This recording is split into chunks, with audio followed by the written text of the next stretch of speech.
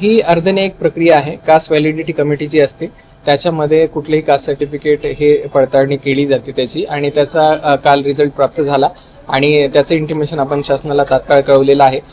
ते जसं हे सर्टिफिकेट कुठल्याही सदस्याचं किंवा नगराध्यक्षांचं हे सर्टिफिकेट रद्द करण्यात येतं, कुठलंही कास्ट सर्टिफिकेट ज्याचा वापर करून ते निवडून आलेले असतात, ते जर रद्द करण्यात आलं तर तात्काळ प्रभावाने त्यांचं सदस्यत्व रद्द करण्यात येतं आणि तसं इंटिमेशन आपण शासनाला कळवलं. त्यांची कागदपत्र अवैध ठरलेले आहेत कसं?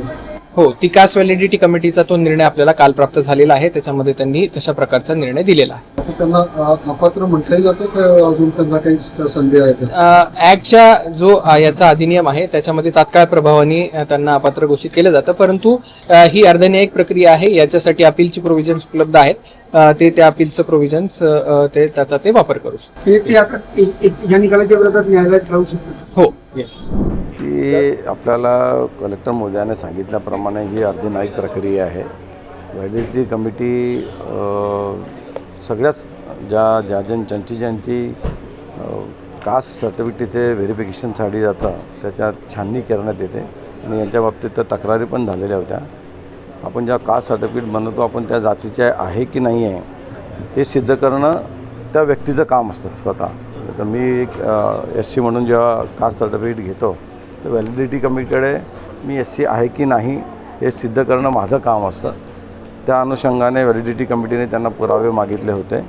तर मानवी दिनांक जो ठरलेला 1950च्या पासूनच्या त्याच्या आधीचे ते रहिवासी इथला दाखवू शकले नाही. त्याच्यामुळे ते व्हॅलिडिटी कमिटीने त्यांचं जात प्रमाणपत्र रद्द केलं.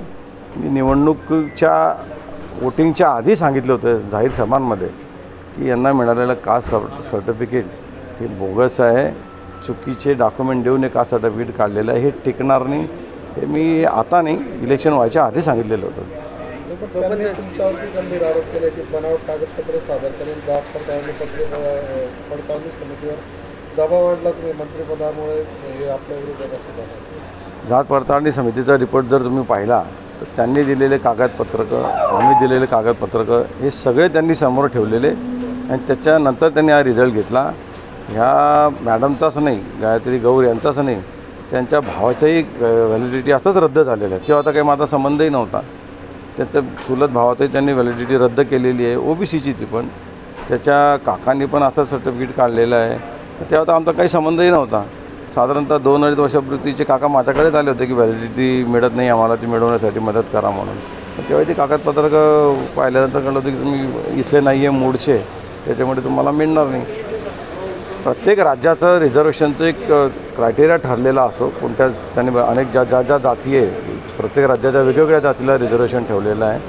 त्या अनुषंगाने जर इथल्या रिझर्वेशनमध्ये बाहेर राज्यातले जर रिझर्वेशनचे जर आलं तरी मला वाटतं प्रथा चुकीची पडेल. त्या नुसतं SCसाठीचाच प्रॉब्लेम नाही, ST आहे, OBC आहे, VJNT सगळीकडेच असं वाढत जाईल.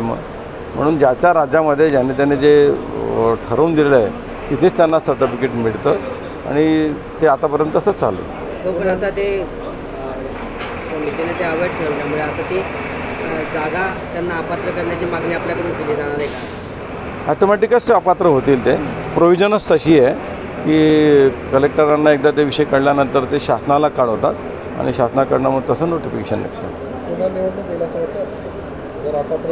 हो, 100% निवडणूक होईल. पुन्हा निवडणूक झाली तर आपल्या पत्नीची या ठिकाणी अजून तसं काही ठरवलेलं नाही आहे.